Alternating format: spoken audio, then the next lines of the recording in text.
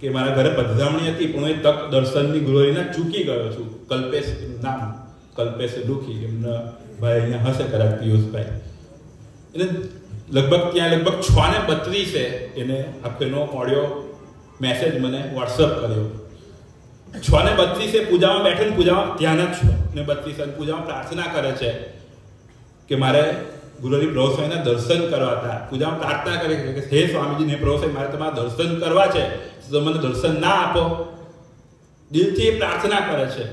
પૂજાની અંદર દિલથી યુવક પ્રાર્થના કરે છે. 10 મિનિટ પછી મને વિચાર આવ્યો કે પ્રભુ સ્વામી બિરાજ્યા છે, એ યુવકને દર્શન બાકી એના ઘરે જવાનું. તો મેં એમને ફોન કર્યો કે પ્રભુ સ્વામી દર્શન આપે છે, દર્શન કરો. મને તો કાંઈ ખબર નથી. મને એવું થયું કે યુવકને દર્શન બાકી હું કરાવી દઉં.